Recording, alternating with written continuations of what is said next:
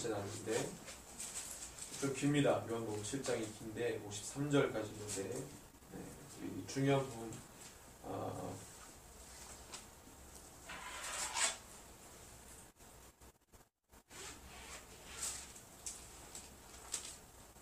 14절에서 24절까지 다시 읽겠습니다. 요한복음 7장 14절에서 24절.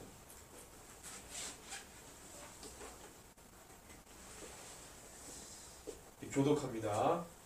내가 먼저 읽고 여러분도 읽고 24절은 같이 읽고.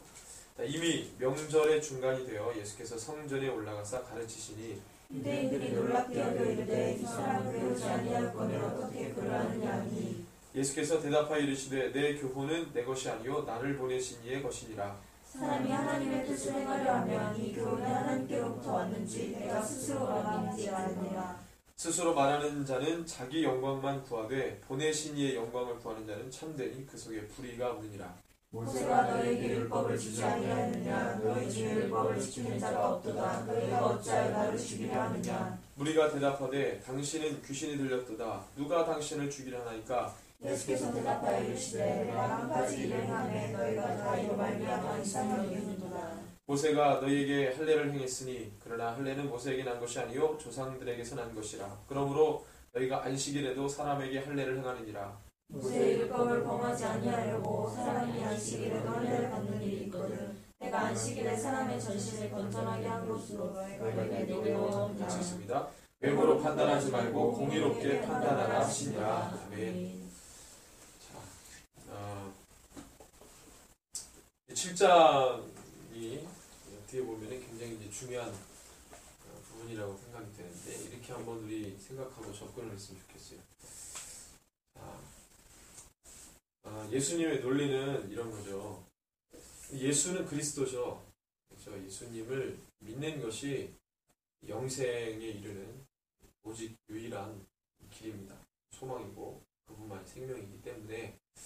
그런데 예수님이 2000년 전에 유대 땅에 오셔가지고 내가 그리스도다 이렇게 말하지 않는 이상, 자기에 대해서 잘 풀어주지 않는 이상 그 당시에 유대인들이 예수님을 정말 그리스도인으로서 믿을 수가 있었겠는가. 어떻게 보면은 당연한 일이라고 생각이 들고 어떻게 보면 그것이 자연스러운 일이 아닌가.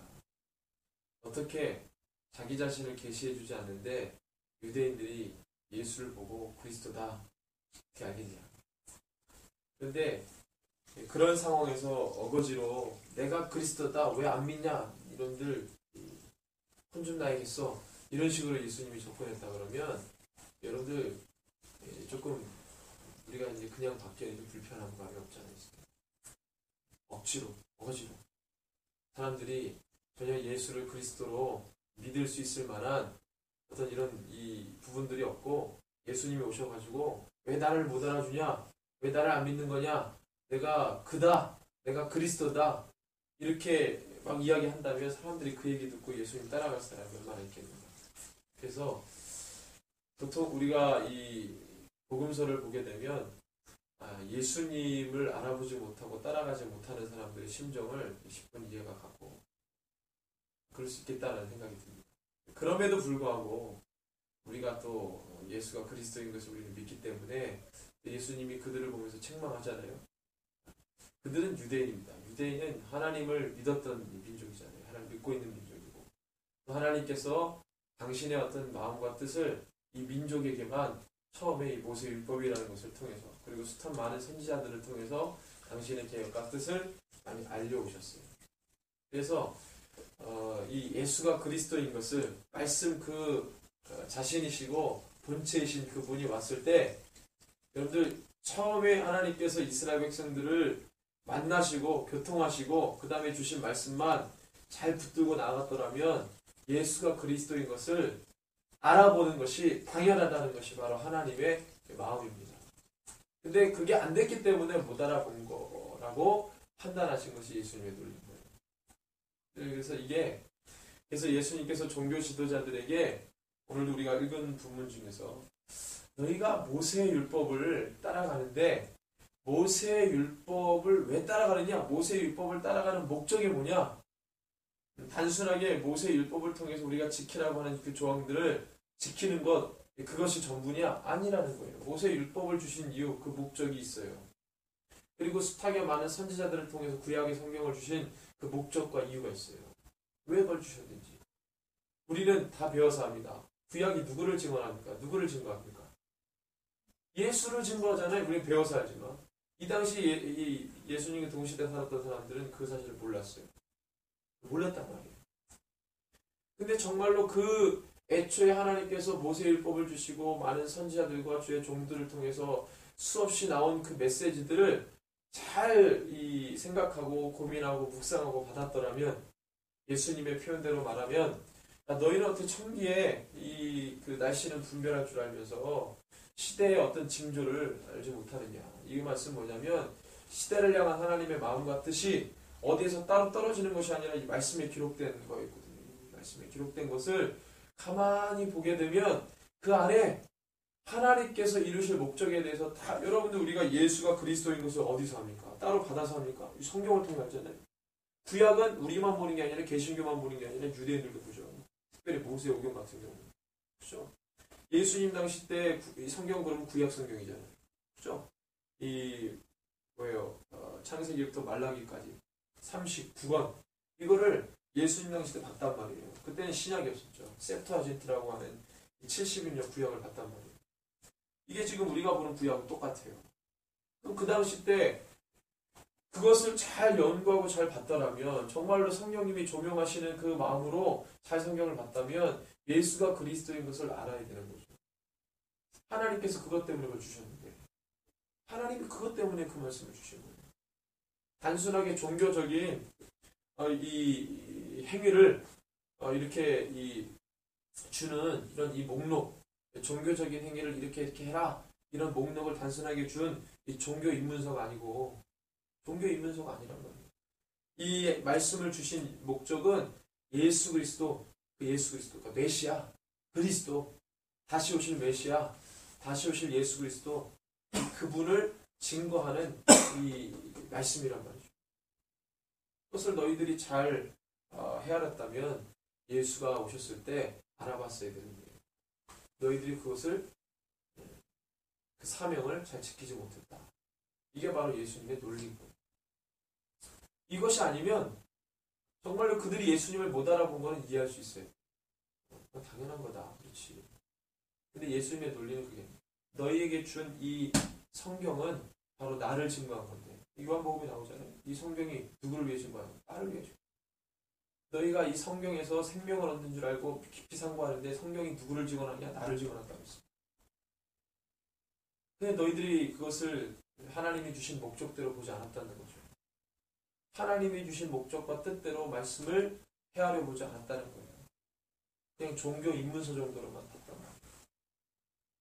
종교 지도자들은 더 종교 지도자답게 살려고 성경을 본 거고, 종교 지도자들이 하는 말을 따라서 사는 백성, 무지몽매한 백성들은 조금만 더 이 종교 지도자들의 마음에 들까? 그런 용도로 이 성경을 봤던 거고, 종교 입문서죠. 하나님은 애초에 그러려고 주신 게 아닌데, 그러려고 주신 게 아니죠. 성경이 무슨 우리가 쭉 읽다가 처음에는 드러나지 않은 목적이 있는데, 쭉 성경을 읽다가 예수를 이렇게 그래서 증거하는 거구나, 이렇게 아는 게 아니라 성경 딱 피자마자 예수를 증언한단 말이에요. 유일한 구원의 메시아를 증언한단 말이에요, 성경이. 근데 그것을 몰랐다는 거죠. 몰랐다는 것 자체도 이스라엘 백성들의 왜요? 이 사명 감당하지 못한 그들의 어떤 이 책임을 다하지 못한 모습이죠. 그래서 책망받습니다. 이스라엘을 택하신 이유가 거기이기 때문에, 너희를 통해, 네 민족을 통해 살아계신 하나님을 열방 가운데 어떻게 드러내야 되죠. 이스라엘 백성을 택하신 목적 아니에요. 성경을 왜 줬냐? 구원의 유일한 소망이신 예수 그리스도, 그분이 오실 건데 너희들이 그렇게 기다렸던 그 메시아가 와서 모든 것들을 회복하실 건데, 그 예수 그리스도가 왔을 때 기다리고 봐야 되는 겁니다. 여러분들, 세례 요한은 예수를 어떻게 알아봤습니까? 세례 요한은 어떻게 예수를 알아봤어요? 누가복음 2장에 나오는 시몬이라는 사람과 안나라는 여선지자는 예수, 아기 예수를 보고 어떻게 알아봤습니까? 그들은 어떻게 다른 데 계시받아 살았어요? 그 사람은 누굽니까? 말씀을 깊이 묵상하고 하나님의 위로를 기다린 자라고 표현하잖아요. 세례요한 같은 사람 쿰나무뭉치 광야에서 뭐 했습니까? 따로 계시를 막 받아가지고 이 오실 메시아를 기다렸습니까? 아니잖아요. 그들은 왜 필사? 성경 말씀 계속 필사하는 사람이에요. 성경 연구가들이에요. 광야에서 말씀을 깊이 보고 그 말씀이 어떻게 이루어지는지 어떤 정치적인 종교 정치적인 것에 막 이렇게 관심 두지 않고 오로지 그 광야에서 말씀 연구하고 말씀 기록하고 말씀 필사했던 사람이에요. 그러니까 세례요한 같은 사람이 그 말씀을 깊이 연구하다 보니까 뭐라고 선포합니까? 세례 줄 때 회개하라 천국에 가까이 왔다. 이것도 누가 얘기해요? 예수님이 하시잖아요. 동일하게. 그러니까 그것이 하나님의 마음을 받아 세례요한이 선포한 거예요. 그가 어디서 그렇게 시작했습니까? 계시를 받아가지고 한 거예요? 아니죠. 말씀에서. 그런 말씀을 그렇게 이해한 거예요. 세례요한처럼 그렇게 반응을 해야 된다. 세례요한처럼. 또는 시므온과 안나처럼 다 장성한 예수도 못 알아본, 그렇지만 그 예수가 아주 깐난애기였을 때도 알아본, 얼마나 차이가 있어요? 아직 예수가 장성하지도 않고 깐난애기였는데 그 깐난애기를 보면서 시므온이 막 하나님을 찬양하잖아요. 우리가 그렇게 기다렸던 메시아입니다. 누가복음 2장에 막 찬양해요. 응애 하는데 그걸 알아본 거예요. 예수님이 장성해가지고 막 사역을 막 해도 못 알아보는 유대인들인데 깐난애기인데도 알아보는 그 영성, 엄청난 영성 아니에요? 그 사람이 어디 다른 데 가서 계시 받아가지고 알았습니까? 아니잖아요. 안나 같은 여성이죠. 알아보는 사람은 뭐고 못 알아보는 사람은 뭐예요?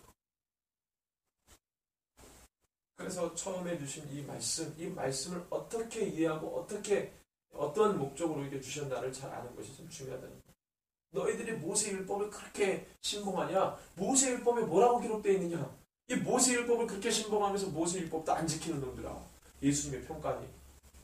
모세율법이 너희들에게 그렇게 생명과 같은데 모세율법을 안 지킨다 이거예요. 예수님의 논리가 그거예요. 할례를 너희가 왜 받냐? 할례를 받는 목적이 뭐냐?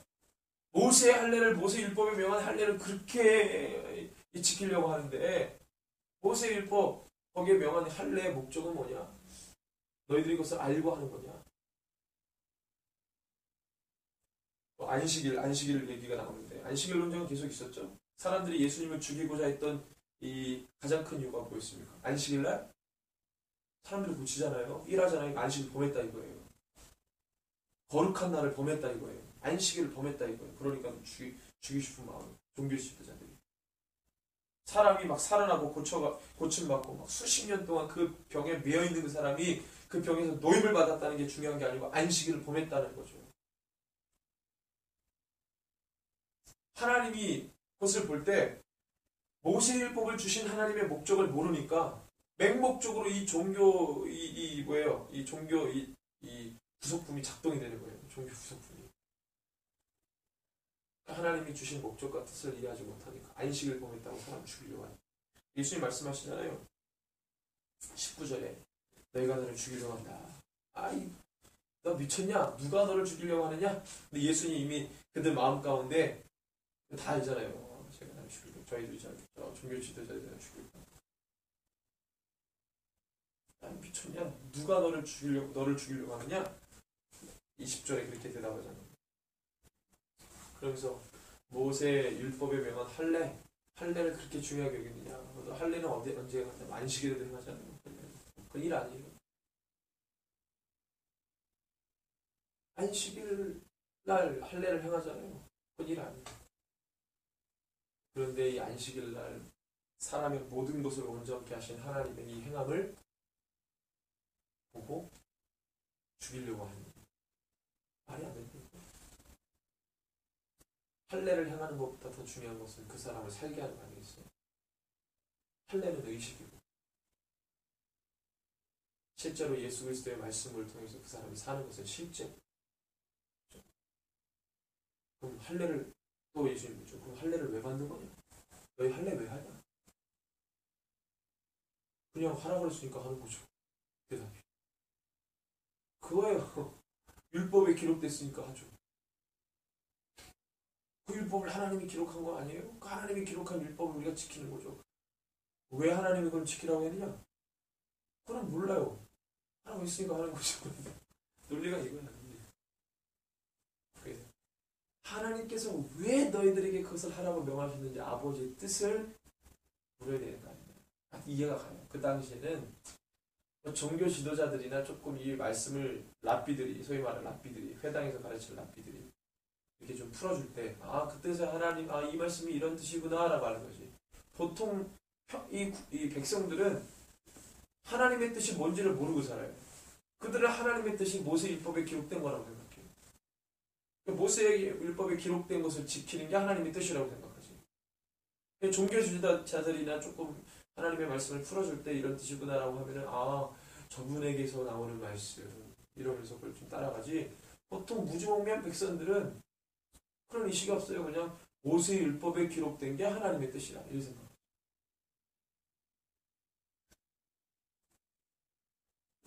그래서 오늘 이 7장의 말씀은 다른 것이 아니라 예수님을 이제 계속 예수님을 드러냈지만 이 초막절, 특별히 사실 성경에는 이 초막절이 여기서밖에 등장 안 해요. 다른 데 초막절 안 나오거든요. 굉장히 좀 독특한 부분인데 7장의 배경은 초막절이라고 하는 절기예요. 초막절. 여러분들 신약 성경에 대부분 어느 절기가 많이 나와요? 두 개 절기가 나오죠? 뭐하고 뭐죠?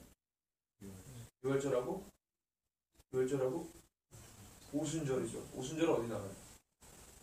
사도행전에 나오죠. 복음서에는 어디 절기를 얘기합니까? 거의 유월절을 얘기하죠. 마테마가 누가는 다 유월절을 얘기하죠. 유월절만 언급했죠. 근데 요한복음에 보니까 초막절 기간에 이제 예수님이 생각하십니다. 유대 절기는 몇 개입니까? 유명한 절기. 3대 절기. 3개죠? 뭐죠? 유월절, 초막절. 네, 진짜. 유월절은 다 알잖아요. 그 다음에 처음에 지키는 게 유월절이고, 그 다음에 지키는 게 오순절이고, 마지막이 초막절이에요. 초막절은 유대인들이 지키는 1년 중에 마지막으로 지키는 절기예요. 유월절 지키고, 오순절 지키고, 초막절이 마지막이에요. 이렇게 지키는 거죠. 초막절은 의미가 있어요. 유월절은 무슨 의미가 있습니까? 유월절의 의미. 유월절은 왜 지켰죠? 멍 때리지 말고. 유월절은 배웠잖아, 우리 다. 출애굽.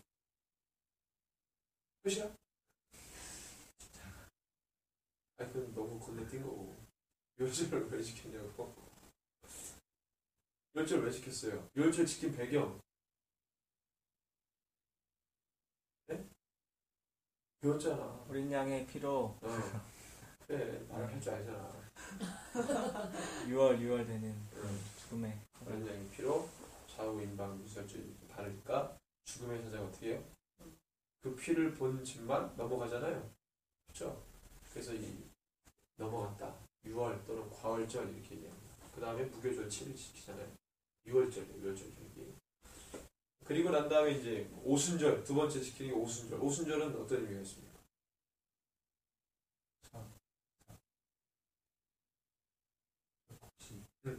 어디서? 가나안 정착해서 처음에 나온 열매를 하나님 앞에 드리죠. 감사해서 드리는 게 오순절이에요. 77절 또는 맥추절이라고 하고, 그 다음에 이제 마지막으로 지키는 절기가 초막절인데, 초막절은 어떤 것을 상징합니까? 기억합니까? 장막절 또는 수장절이라고 해요. 그럼 다 나왔어요. 초막절은 추수는 두 번째고 처음에 나오는 의미가 있습니다. 초막절, 장막절, 수장절이니까. 장막하면 나오는 거 있잖아요. 모세. 모세 스토리가 많은데 그 중에서 뭐 광야. 광야에서 40년. 원래 애굽에서 이스라엘 백성들은 주업이 뭐였어요? 애굽에서 이스라엘 백성들의 주업은? 아니죠. 애굽은 농경 국가예요. 유목 국가가 아니고. 거기서 농사도 지었지만 뭐 했어요? 주업이. 이스라엘 백성들의 주업. 노동했잖아요, 노동. 몰라요, 그거? 아니, 이스라엘 백성들이 애굽에서 뭐 했는지 모르는구나. 노동했어, 노동. 건물 지었다, 이 말이야. 여가 시간으로 농사했어. 여가 시간으로 농사했어. 노동하고. 양을 친 거는, 이 유목은 언제부터 생긴 거예요? 가나안 땅 정착하면서 생긴 거예요. 원래, 애굽에서 살 때는 애굽은 농경국가니까. 그래서 왔는데, 광야에서 텐트를 치잖아요. 광야 40년을 살려면 뭐가 필요합니까? 장막, 텐트가 필요한 거죠. 그래서 광야 40년을 기억하기 위해 초막절을 지켜요. 그리고 난 다음에 이 광야의 40년의 이 장막 생활 다음에 가나안 땅에 정착해서 뭐 합니까? 이제 하나님께서 주신 땅에서 수확하고 이제 농사 짓고 수확한 그 열매들, 농사로 열매든지 뭘 열매든지 하여튼 그 땅에서 정착해서 이 초막, 장막 생활을 끝내고 그 마지막에 하나님께서 정착하게 하신 그 땅에서 나온 거 가지고 감사함으로 하나님 앞에 예물을 드리잖아요. 이런 것까지 해서 광야의 40년과 그 다음에 농사를 짓고 추수한 것을 하나님 앞에 드린 이 기념을 초막절로 지킨다는 거예요. 초막절에 지금도 유대인들은 초막절을 지킬 때 어떻게 지키냐면 사진을 이렇게 보니까 깜짝 놀랐어요. 이들은 이제 초막절날 아주 잔치래, 잔치. 엄청난 페스티벌인데 절기라는 의미보다는 이 명절, 여기 보면 명절 나오잖아요. 축제, 유대인들에게 축제인데 이때는 장막 40년 동안의 장막 생활을 기념하는 거죠. 그래서 실제로 자기 집에서 살다가 이 초막절을 지키는 때가 되면 집에서 다 식구들이 나와가지고 집 근처나 어디 공터나 어디에다가 장막을 이렇게 친 거예요. 실제로. 어디 보니까 아파트인데 아파트 베란다에다가 장막을 쳤어요. 실제로 이 기간 동안에 장막을 치는 거예요. 초막을 치고 텐트를 쳐서 그 광야 40년 동안에 우리 손조들의 그 삶을 기억하는 거예요. 광야 40년의 삶이라는 것은 단순하게 장막 치고 텐트 치고 살았다가 아니고 하나님께서 아주 직접적으로 손대셨던 때, 하나님만 바라봤던 때, 하나님이 공급해 주시는 것을 가지고 살았던 때, 이런 때를 이제 기억하는 거죠. 그래서 이 초막절은 유대인들에게 굉장히 이제 중요하다고 생각합니다. 그래서 이 기간 동안 한 7일 정도 지키는데 이 7일 동안에 그걸 지키는 거예요. 그러니까 이 성전이 있었던 때라고 한다면 2000년에 예수님께서 있었던 그때 헤롯 성전이 있었잖아요. 이 헤롯 성전 때 성전이 있을 때에도 이 초막절이 되면은 그 성전 주변에다가 다 초막을 짓는 거예요. 초막을 짓고 광야 40년의 삶을 기억하고 그때 하나님께서 먹이시고 입히시고 모든 것들을 채우셨던 그 하나님의 직접적인 도우심을 그때 이제 경험하는 거죠. 그 7일 동안 이걸 기념하면서 모은 가족이 모여가지고 그 초막에서 생활하는 거예요. 이 초막절을 지을 때. 그러니까 이것은 성전에는 무엇과 무엇이 있었습니까? 성전에는 성소와 지성소가 있잖아요. 거기서 이 하나님이 이 지성소에서 만나주시고 그 건물 성소에서 이제 하나님이 만나주시고. 근데 이 초막이라고 하는 곳에서 장막 광야 40년 동안 이스라엘 백성들을 이끌어 가시는데 이 건물로서의 성전이 아니고 정말로 이 성막, 모세의 성막에서 성소와 지성소가 있으면서 불기둥과 구름기둥으로 이 40년 동안 백성들을 이끌어갔던 것을 알잖아요. 우리가 역사를 통해서. 그것을 사람들이 이제 기대하는 거죠. 왜냐면은 지금 헤롯 성전을 바라보면 사람들이 막 은혜롭다 이런 생각보다는 어떤 게 생각이 날 것 같아요. 이 2000년 전에 유대인들이 볼 때 이 헤롯 성전을 바라보면서 멋있다고는 생각하겠지만 저곳에 이 광야 40년 이 불기둥과 구름기둥으로 그들 민족을 이끌어갔던 그런 생생하신 그 하나님을 그들은 경험하지 못하는 거죠. 그러니까 대리만족, 이 초막을 지으면서 그때 그것을 묵상하면서 모세의 성막 때 하나님께서 그렇게 구름기둥과 불기둥으로 우리를 인도하셨지 이런 것들을 막 생각을 하는 거죠. 그래서 언젠가는 우리 이민족을 다시 세우시고 가나안 땅에 정착해서 그들이 막 하나님이 주신 젖과 꿀이 흐르는 땅에서 기뻐하며 살았던 것처럼 언젠가는 우리에게도 영적인 가나안 다시 오시는 이 메시아를 통해서 이런 것들을 회복하겠지. 이런 어떤 영혼들이 이 초막절날 막 이 사람들이 일주일 동안 초막 생활하면서 그 기대감을 가지고 가는 겁니다.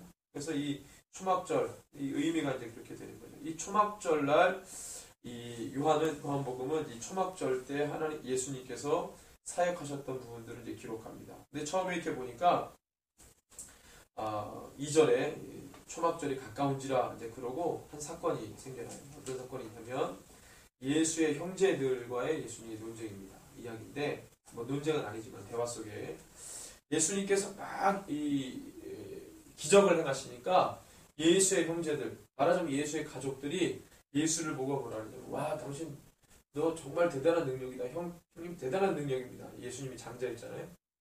형님 대단한 능력이 있네요. 그 능력 가지고 이 갈릴리에서 이 촌구석에 있지 말고 어디로 가라 그래요? 성전으로 가십시오. 수도권으로 가십시오. 얘기한 거예요. 수도권으로 가십시오. 대도시로 가십시오. 뭐라고 얘기했냐면 3절, 4절 같이 읽습니다. 그 형제들이 예수께 이르되 당신이 행하는 일을 제자들도 보게 여기를 떠나 유대로 가소서 스스로 나타나기를 구하면서 묻혀서 일하는 사람이 없나니 이 일을 행하려 하거든 자신을 세상에 나타내소서. 형님 드러내십시오. 이 능력 가지고 좋은 제주 가지고 이 예루살렘 가가지고 해야죠. 이런 촌구석에서 갈릴리 지역, 사마리아와 갈릴리 지역, 유대 위지역은 거의 천시받았던 땅이니까 그 능력 가지고 예루살렘 가십시오. 근데 이 마음이 정말로 예수를 그리스도로 믿어서 한 게 아니고 예수가 하는 이 능력이 좀 요술이다. 대단하다. 이 정도로 생각을 한 거예요. 그러니까 뭐라고 평가했냐면 5절에 보니까 이는 그 형제들까지도 예수를 믿지 아니함이라. 형제들은 예수님의 능력을 보고 예수님이 그리스도라고 생각하면서 이야기한 게 아니라 대단한 능력을 지녔군. 엄청난 요술을 행하는구나. 이렇게 생각하고 이 사람의 한 능력으로 보는 거죠. 신비한 능력을 지닌 형님. 그러니까 그 능력 가지고 촌구석에 있지 말고 수도권으로 가라. 이렇게 얘기했어요. 그때 예수님의 답변은 뭐라고 합니까? 6절에 보니까 예수께서 이르시되 내 때는 아직 이르지 아니하였거니와 너희 때는 늘 준비되어 있느니라. 이제 이 때에 대한 이야기가 뒤에 쫙 나옵니다. 때에 대한 이야기. 이 초막절하고 의미가 있는데요. 자, 예수님은 언제 죽으셨습니까? 어느 절기 때 죽으셨어요? 6월절 날 죽으셨어요. 6월절. 근데 지금은 언제입니까? 초막절이죠. 자, 유대인들이 1년 중에 지키는 절기에 처음에 지키는 절기가 뭐라 그랬어요?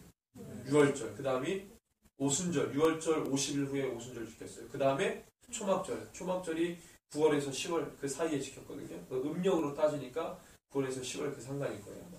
그때 지켰단 말이에요. 그러니까 초막절이 아니고 예수님은 6월절 날 죽으셔야 되니까 내 때는 아직 이르지 않은 거죠. 근데 막 이 초막절 날 형제들이 뭐라고 합니까? 드러내십시오. 나타내십시오. 막 그랬어요. 당신의 능력을 보여주십시오. 자, 이것을 또 처음에 시도한 존재가 있습니다. 어떤 존재가 시도했죠? 예수님 드러내라고? 사단이 했죠. 언제? 40일. 금식. 이제 물어보면 단답으로 40일 금식. 마태복음 4장에 나오죠? 그때 사단이 뭐라 그랬어요? 첫 번째, 세 가지 시험이잖아요. 첫 번째, 돌을 떡으로. 두 번째,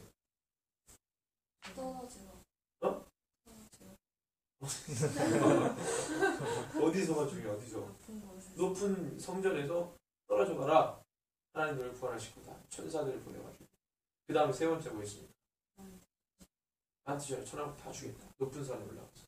자, 이건 뭐예요? 너를 드러내라. 너를 드러내라. 너 능력을 드러내라. 너 능력을 드러내. 네가 높은 성전 꼭대기에서 그 성전 꼭대기라고 하는 것은 어디 성전을 말하겠어요? 그렇죠. 예루살렘 성전밖에 없어요. 유대 땅에서. 예루살렘 성전 순식간에 예수님을 데리고 이 사단이 예루살렘 성전 꼭대기를 데리고 올라가고 뛰어내려 말하고 여기서 뛰어내리면 여기서 딱 뛰어내렸는데 하나님이 보내주신 천사들로 너를 딱 다치지 않게 하면 사람들이 그걸 보고 그 예루살렘 성전이라는 장소에서 그런 엄청난 능력을 행하면 사람들이 다 너를 볼 거 아니냐. 널 드러내라. 널 지금 드러내라. 오픈시켜라. 근데 예수님이 뭐라 그래요?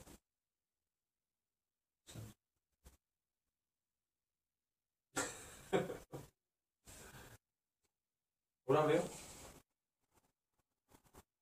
주노의 하나님을 시험하지 말라. 하나실 때가 언제 드러나셔야 돼요?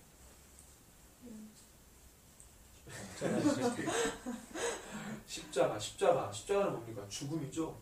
맞아요. 유월절 그럼 아까 얘기했던 뭐가 생각이 나요?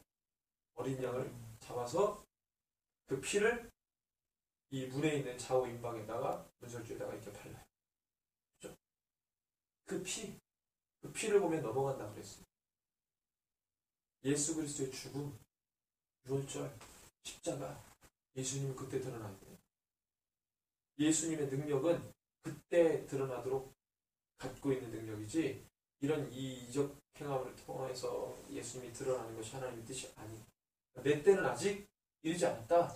예수님의 때는 절기상으로도 초막절이 아니라 언제? 유월절이죠. 유월절 예수님 죽으셨으니까. 말씀 그대로 어린 양이 되셔서 죽으시잖아요. 절기를 그대로 성취하시잖아요. 지키시잖아요. 초막절이에요. 근데 예수님이 하신 말씀이 6절에 보니까 내 때는 아직 이르지 않았는데 너희 때는 늘 준비되어 있다 했어요. 이 말이 무슨 말일까요? 내 때는 아직 준비되지 않았다는 말은 아까 설명에서 알았죠? 그 다음에 마지막에 너희 때는 늘 준비되어 있다는, 너희 때는 무슨 때라는 거예요? 내 때는 아직 준비되지 않았는데 너희 때는 늘 준비되어 있다 그랬어요. 너희 때는 뭡니까? 예수님께서 내 때는 아직 준비되지 않았는데 너희 때는 늘 준비되어 있다라는 말이 무슨 말일까? 너희 때는 무슨 말이에요? 너희들은 나를 죽일 상황과 여건이 다 돼 있다는 거예요. 언제라도 너희들은 죽일 수 있다. 근데 내 때는 아직 준비되지 않았어. 이 말은 뭐예요? 너희들이 죽이고자 해도, 죽이고 싶어도 나를 아무 때나 죽일 수가 없다는 거예요. 예수님은 꼭 언제 죽어야 돼? 유월절 어린 양처럼 죽으셔야 그 피를 바른 자가 살 수 있는 거예요. 반드시 그때 죽으셔야 되는 거예요. 그렇지만 너희들은 나를 언제라도 죽일 수 있는 상황이 있다. 근데 한번 해봐라. 그럴 수 있는가? 못 죽인다. 왜요? 하나님이 철저하게 계획하고 계시기 때문에. 너희들이 죽이고 싶은 마음이 있어도 너희들 마음대로 할 수 있는 게 아니다. 이렇게 말씀하신 거예요. 그래서 7절 세상이 너희를 미워하지 아니하되 나를 미워하나니 이는 내가 세상의 일들을 악하다고 증언하다. 그렇기 때문에 내가 죽는데 너희는 명절에 올라가라. 내 때가 아직 차지 못하였으니 나는 이 명절에 아직 올라가지 아니하노라. 이 말씀을 하시고 갈릴리에 머무르 계시는데 나중에 형제들을 보내놓고 그 다음에 조용히 가세요. 이건 형제들하고 대화예요. 제자들하고 대화가 아니고 먼저 가시고 나는 나중에 하겠습니다. 그 다음에 막 이 유대인들이 예수를 찾잖아요. 그 다음에 너희 때는 늘 준비되어 있는데 내 때는 준비되지 않았다는 게 지금 이 7장 계속 흘러가요. 여러분들 이 펜 있으면은 표를 한번 보십시오. 13절에 보니까 자 12절에 막 유대인들이 예수를 찾아요. 어디 있느냐 그랬더니 예수에 대하여 무리 중에서 수군거림이 많아 어떤 사람은 좋은 사람이라 하며 어떤 사람은 아니라 무리를 미혹한다. 막 설왕설래가 막 있어요. 그랬더니 13절에 그러나 유대인들을 두려워함으로 드러나게 그에 대하여 말하는 자가 없다 그랬어요. 두려워가지고 그 부분에 대해서 드러나도록 말하는 사람이 없는 거예요. 자, 이게 이제 어떻게 바뀌는지 봐요. 그 다음에 자 25절에서 30절에 보면 자 30절에 표만 읽게 하십시오. 내가 설명할 테니까. 그들이 예수를 잡고자 하나 손을 대는 자가 없다. 그들이 예수를 잡고자 하나 손을 대는 자가 없으니 이는 그의 때가 아직 이르지 아니했다. 이 말이 또 나와요. 44절에 그 중에는 그를 잡고자 하는 자들도 있으나 손을 대는 자가 없었더라.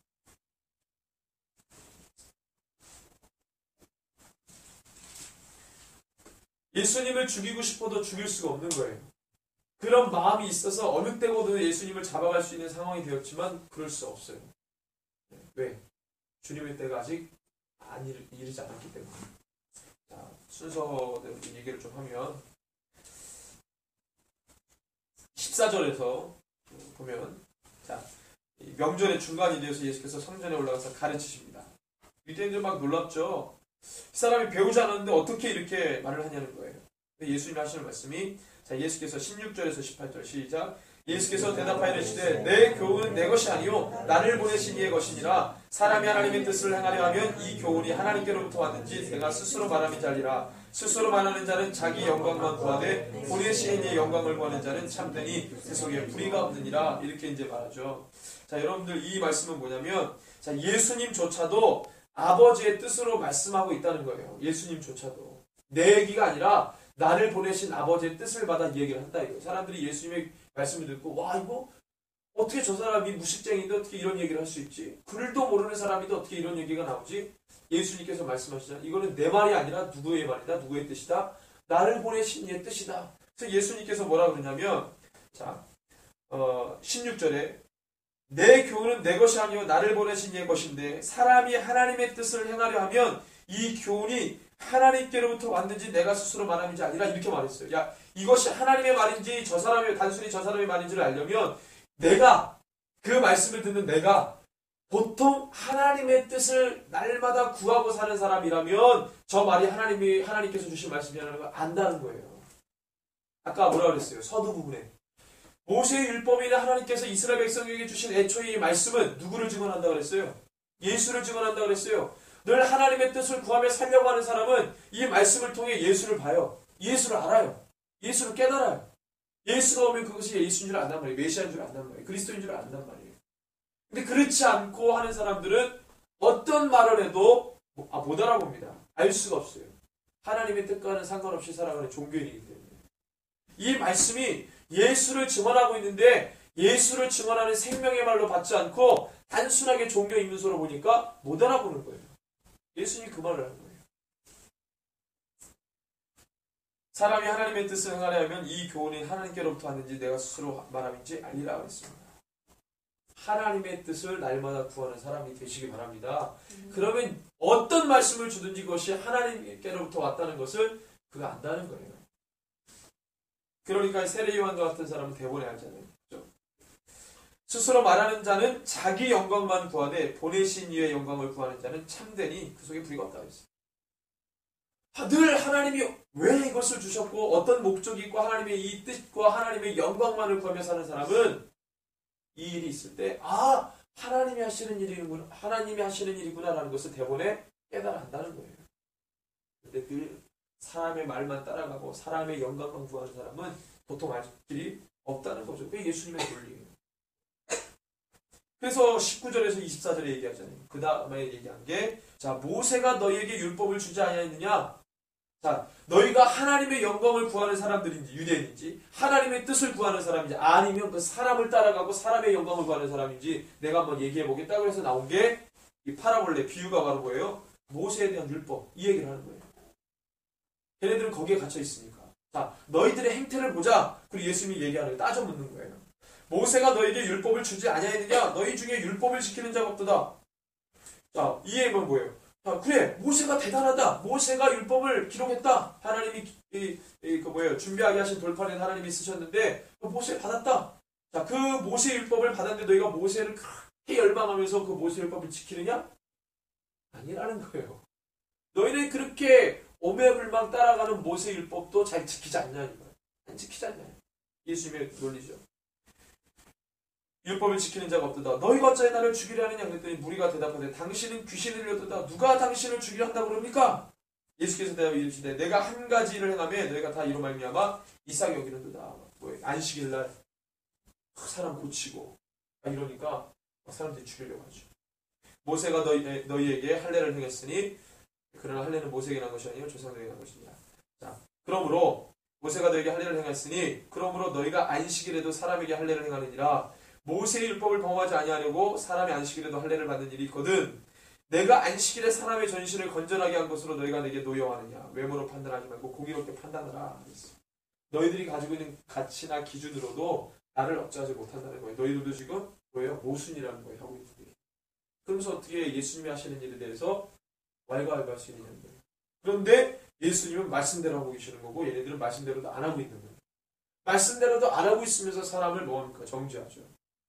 그들이 엄청난 종교적인 모순을 갖고 있으면서도 신앙의 모순을 갖고 있으면서도 사람을 평가하고 비판하고 심지어는 뭐예요? 죽이려고 하잖아요. 예수님이 그들의 어떤 약한 습성, 종교적인 습성을 예수님이 엄청나게 지적하시는 거예요. 날카롭게 지적하는 거예요.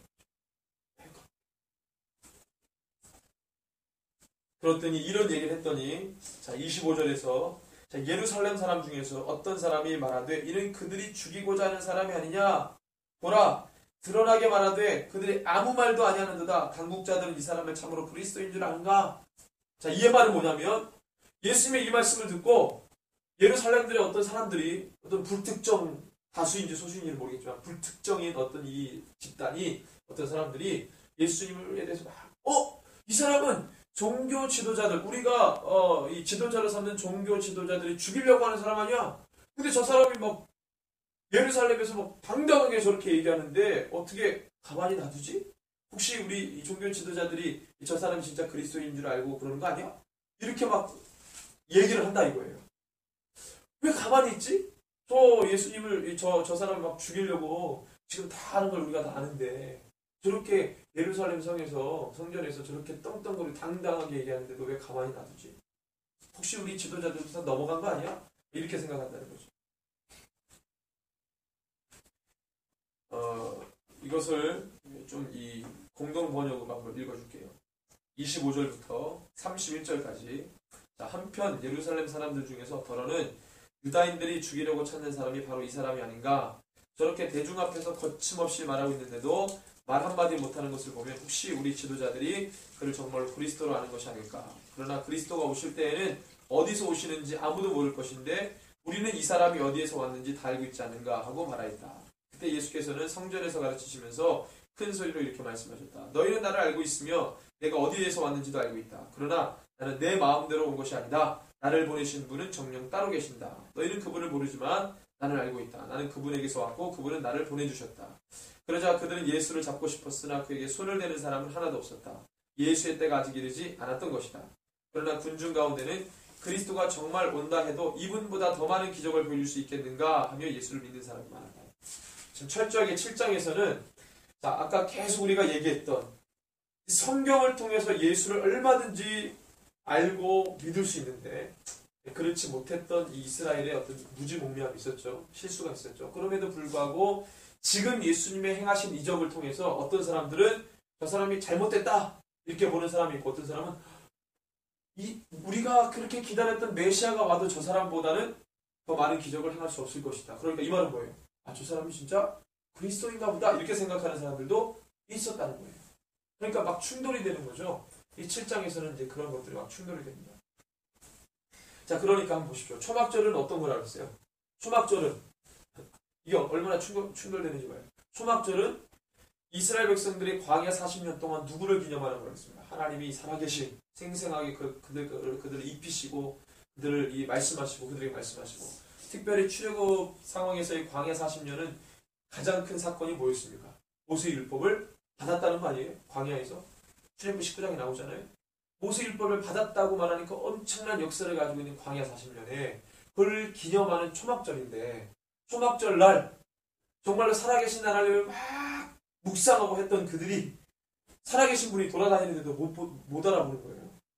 말씀 자신이신 그분이 돌아다니는데 못 알아보는 거예요. 얼마나 웃기는 거예요. 그죠? 광야 40년 그때 모세가 율법을 받고 하나님의 말씀을 받고 그래서 이 40년 동안 입히고 먹이고 그렇게 모든 것들을 공급하셨던 하나님을 이 이스라엘 백성 2000년의 이스라엘 백성들이 예수님이 계실 때 그들이 그렇게 초막절을 지키고 있는데 그 살아계신 분이 돌아다니는데도 못 알아본다는 게 얼마나 하나님 볼 때는 걔잖아 얼마나 답답해요. 그런 느낌이라는 거예요. 이 초막절 요한복음의 요한은 뭐라 했습니까? 이 요한복음은 다른 공간복음서랑 달라가지고 예수님이 처음부터 어떻게 해요? 자기를 막 드러내잖아요. 마태, 마가, 누가는 언제 드러난다 그랬어요? 예수님이 다 자기 자신을 드러내지 않다가 언제? 대제사장에게 고난받으실 때 내가 그다! 그때 확 오픈하잖아요. 근데 요한복음에서는 처음부터 막 오픈을 해요. 처음부터 막 오픈하는데 오픈하자마자 제자들이 다 믿어버려. 사람들이 다 믿어버려. 믿는 사람들이 많다고 막 요한복음은 막 그렇게 해서 시작을 해요. 갑자기. 이게 막 충돌하는 거예요. 그러니까 요한은 예수님에 대해서 계속 처음부터 오픈시켜요. 예수님이 어떤 분인지 막 오픈시켜요. 우리 요한복음 7장에도 마찬가지잖아요. 초막절.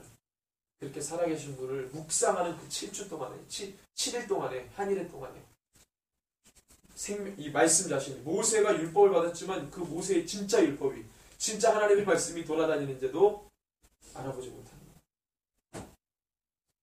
그것을 지금 이야기하는 거예요. 그래서 예수님께서 내가 그다. 여기 뭐예요? 27절에서 30절에 보니까 내가 그다 그랬는데도 사람들이 그 얘기를 듣고 그러면서 막 잡아 죽이려고 하는 마음이 막 일어나는데 손을 못 대죠. 왜? 아직 때가 이르지 않았기 때문에.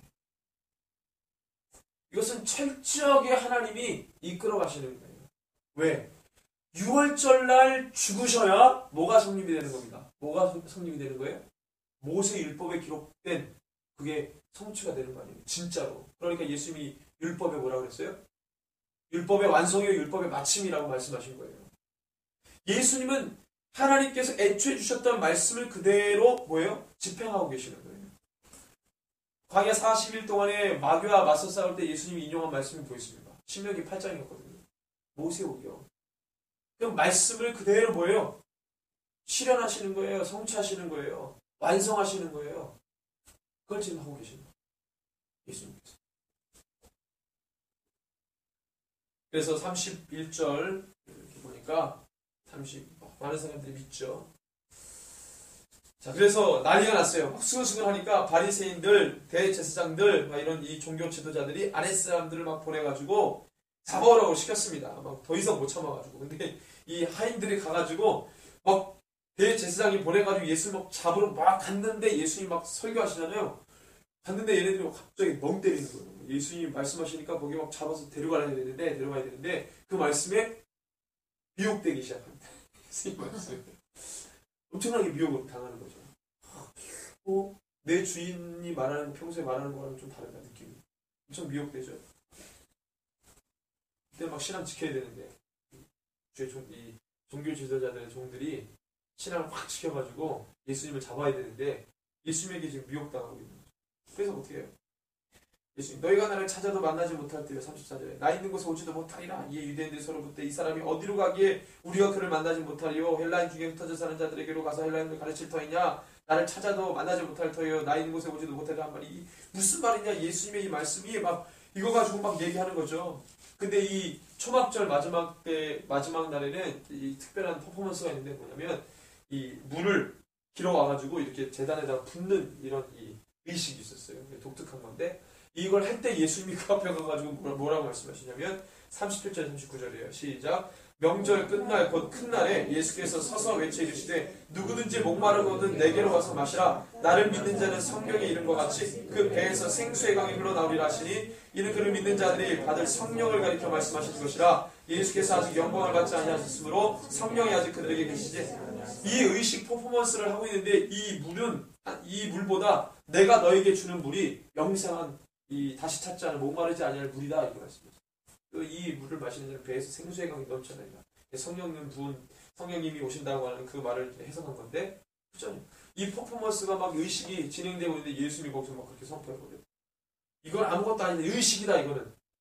내가 너에게 주는 물이 진짜 물이다. 이 물을 마시는 자는 배에서 생수의 강이 넘쳐나리다. 이렇게 말씀을 하시는 거죠. 그랬더니 막 백성들 40절에서 44절에 막 엄청나게 사람들이 막 이제 난리가 났어요. 같이 읽습니다.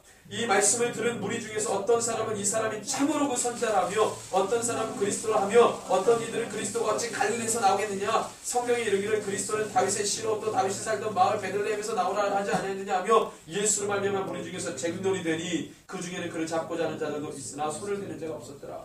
이 계속 반복이 되죠. 이런 것들이 막 설왕설래할 때 논쟁이 일어날 때 잡고자 하는 마음이 있는데 이게 안 되는 거예요. 왜 안 될까? 왜 안 되는지 지들도 몰라. 분명히 잡을 수 있는데 그냥 끌어내려오면 되는데 요즘에는 목사님이 마음에 안 들면 막 강대상에 올라가서 막 끌어내려오잖아요. 막 자기 마음이 이렇게 불붙으면 그죠? 막 내려오잖아요. 막 얼마든지 할 수 있잖아요. 근데 예수님 왜 이렇게 안 되지 왜? 예수님 얼마든지 할 수 있는데 막 그 사람들이 야 우리 이렇게 작전 짜가지고 그래서 데려나오자. 그러면 얼마든지 할 수 있는데 이게 이상하게 안 된다는 거예요. 이상하게. 마음들이 다 있는데. 이상하죠. 뭐가 안 되게 만드는 거예요. 그래서 막 예수님에 대해서 이런저런. 근데 그 중에 아까 누굴 보냈어요? 종교 지도자들이 종들을 보냈거든요. 얘네들이 여기서 엄청나게 미혹을 당한 거예요. 근데 지네들도 막 논쟁하고 있어. 아, 맞는 것 같은데? 그래서 막 논쟁해요. 그리고 이제 왔어, 보고를. 45절에서 51절 같이 읽습니다. 아랫사람들이 대제사장들과 바리새인들에게 오니 그들이 묻되 어찌하여 잠오지 않았느냐. 아랫사람들이 대답하되 그 사람이 말하는 것처럼 말한 사람은 이때까지 없었나이다 하니 바리새인들이 대답하되 너희도 미혹되었느냐. 당국자들이나 바리새인 중에 그를 믿는 자가 있느냐. 율법을 알지 못하는 이 무리는 저주를 받은 자로다. 그 중에 한 사람 곧 전에 예수께 왔던 니고데모가 그들에게 말하되 우리 율법은 사람의 말을 듣고 그 행한 것을 알기 전에 심판하느냐. 그들이 대답하여 이르되 너도 갈릴리에서 왔느냐. 찾아보라 갈릴리에서는 선제가 나지 못하느니라 그랬습니다. 예수님의 탄생지가 어디예요? 베들레헴이죠. 사람들이 혼동한 거예요. 아, 예수님이 나사렛에서 태어나지 않은 거죠. 나사렛에서 선한 것이 날 수 있느냐? 속담처럼 있는 거죠. 나사렛에서에 대한 이 예언이 성경에 있습니까? 없습니까? 있어요, 여러분들.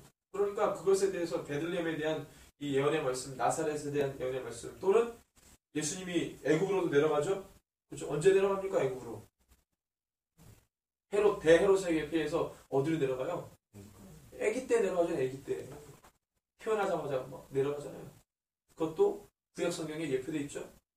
그러니까 다 하나님께서 이 구약 성경을 통해서 예수님에 대해서 알도록 다 해놨어요. 그가 어디를 가가지고 어떤 일을 당하며 이걸 다 해놨단 말이에요. 그런데 모르는 거죠. 그러니까 논쟁하잖아요. 뭐라 합니까? 42절에 성경에 사람들이 막 논란 있을 때 어떤 사람이 성경에 박식한 사람이 있나 봐요. 이 사람이 아니 성경에 이르기를 그리스도는 다윗의 씨로 또 다윗이 살던 마을 베들레헴에서 나오리라 하지 않았느냐 하며 이렇게 자기가 알고 있는 성경 구절을 대면서 막 얘기를 하는 거죠. 그러니까 조금만 아는 사람도 아는 사람이 있다면 알 수도 있는 거 아니에요, 여러분들? 그렇잖아요. 유대인들이 성경 박식하는 사람들이 있어요. 있다고. 걔네는 어릴 때 그 성인식 할 때 모세오경을 달달 외우게 한다고 했어요. 숙제. 아주 머리 나쁜 애들도 신명기는 다 외우게 했어요. 그러니까 웬만하면 성경 알아. 그러니까 조금만 기울이고 조금만 하나님의 말을 가지고 성경을 봤으면 예수님을 믿을 수 있죠. 근데 그걸 못했다는 거예요. 이 보냈던 종들도 완전히 미혹당해가지고 예수를 믿고 온 거예요. 근데 이제 무서워서 종이 무서워가지고 저 예수님 믿었습니다 이런 말을 못하고 말씀이 좀 다르던데요. 이렇게 한 거죠. 말씀이 좀 다르던데요. 너도 미혹됐냐? 니고데모가 와가지고 모세율법에 그 사람의 말도 들어보지 않고 심판하는 경우가 어딨냐? 예수님 파죠, 이 사람도. 너도 예수님 파냐? 너도 예수 파냐? 막 이렇게 막 지적하잖아요. 그죠? 막 갈리는 거예요. 사내들인 공의에도 막 갈리는 거예요. 논쟁은 붙는 거예요. 막. 왜 그랬습니까? 예수님이 이렇게 분란을 만드셨어요. 화평의 왕이신 분이. 가는 곳마다 문제를 트러블 메이커인지. 사내들인 공회, 예수님 오시기 전에 사내들인 공회에는 하나가 잘 돼 있었거든요. 예수님 오자마자 분열되고 사람들 가는 곳마다 사람들이 막 싸우고 삿대질하고 내가 맞다 네가 틀리다 이러면서 예수님은 맞는데 너는 왜 아니냐고 그러냐. 내가 볼 때는 사기꾼인데 너는 왜 그걸 따라가냐면서 막 하나가 돼야 되는데 완전 분열이 돼가지고 예수님이. 할렐루야. 예수님 때문에 막 백성이 분열돼요. 여러분들 예수님은 화평이십니다. 예수님은 예수가 아닌 것, 생명인 척하는 이 모든 거짓 것들을 다 예수님은 타작게다가 대고 다 터는 거예요 지금. 이게 분열이 아니고요. 어떤 사람은 예수 때문에 뭐가 분열되고 민족이 분열되고 어떤 잘못된 사상이 들어와가지고 그전에는 한민족으로서 우리는 하나의 사상을 가지고 나갔던 민족인데 어떤 외래 종교가 와가지고 막 이 민족이 막 박살나고 막 이렇게 얘기해요. 당연히 그럴 수밖에 없죠. 생명이 아닌 가짜로 득실득실했는데 진짜가 와가지고 털어버리니까 당연히 그게 털리지. 당연히 그게 진짜인 것과 가짜인 것이 나뉠 수밖에 없는 거 아니에요. 그거죠. 근데 종교의 영에 묻힌 사람들은 예수님께서 성경에 예수님 화평 맞죠. 샬롬 맞죠. 그런데 뭐라 그랬습니까? 며느리와 시어머니가 불화하고 아들과 불화하고 가족이 막 누구 때문에 예수보다 더 사랑하는 것. 그죠? 하나님보다 더 사랑하는 것이 있으면 거기서 분열이 있고 나눔이 있고 내가 평화를 주러 온 줄 아느냐? 아니다. 검을 가지고 왔다 그랬어요. 예수님은 트러블 메이커입니까? 그걸 얘기하려고 말씀하시는 거예요? 아니죠. 너희 마음 가운데 가짜가 있고 너희 마음 가운데 완악함이 있고 죄가 있고 하나님을 사랑하는 마음이 없으면 예수님 진짜가 왔을 때 진짜 사랑이 왔을 때 진짜 샬롬이 왔을 때는 그게 다 털어지는 거예요. 그 이야기했던 그 어디에 나옵니까? 그 말씀이 어디에 나왔어요? 마태복음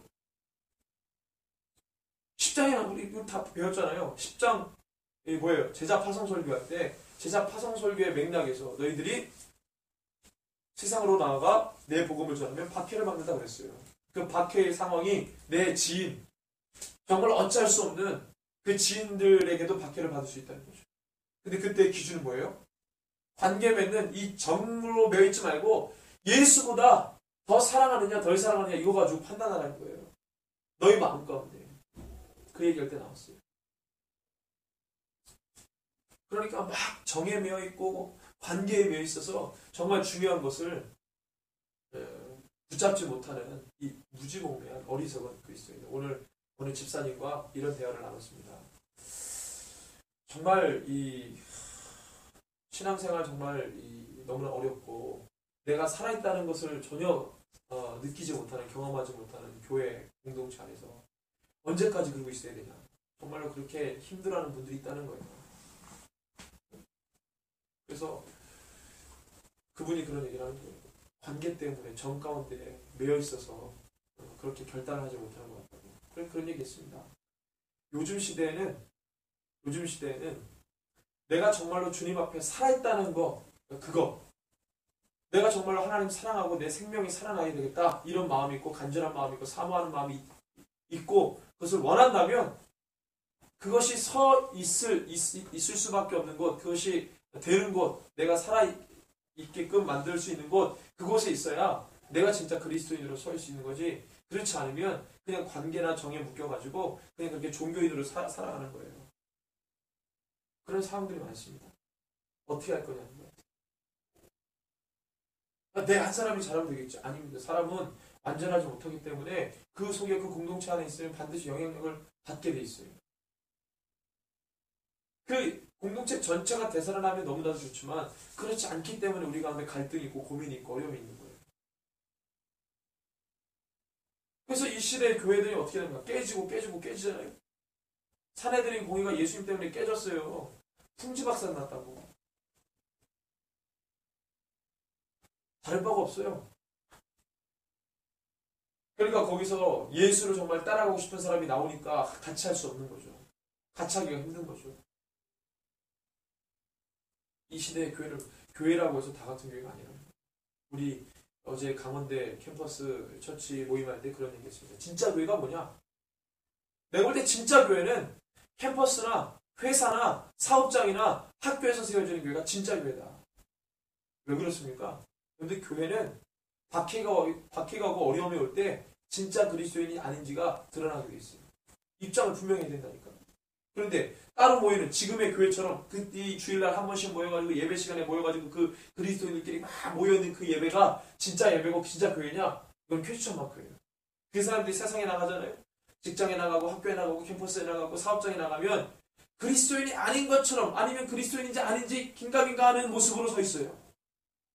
그게 그들의 진짜 모습입니다. 주일날 한 번 교회 올 때는 싹 온 모습을 단정하게 하고 일주일 동안의 그 모든 연약함, 그 모든 불의함, 그 악함을 다 이렇게 회개하고 오는 게 아니고 감추고 와가지고 예배드리고 와가지고 또 이 6일 동안 학교나 캠퍼스나 직장과 사업장에서 지 마음대로 생각하고 지 마음대로 결정하고 선택하고 하나님과 상관없이 살다가 또 그 시간만 되면 와가지고 그렇게 예배해요. 그게 교회입니까? 초기 공동체에 어땠습니까? 박해적인 상황에서 예배드렸어요. 어려운 상황에서 입장 분명히 해서 예배드렸다고. 내가 예배를 드리고 내가 그리스도인이라고 말하면 유대 공동체 사회에서는 어때요?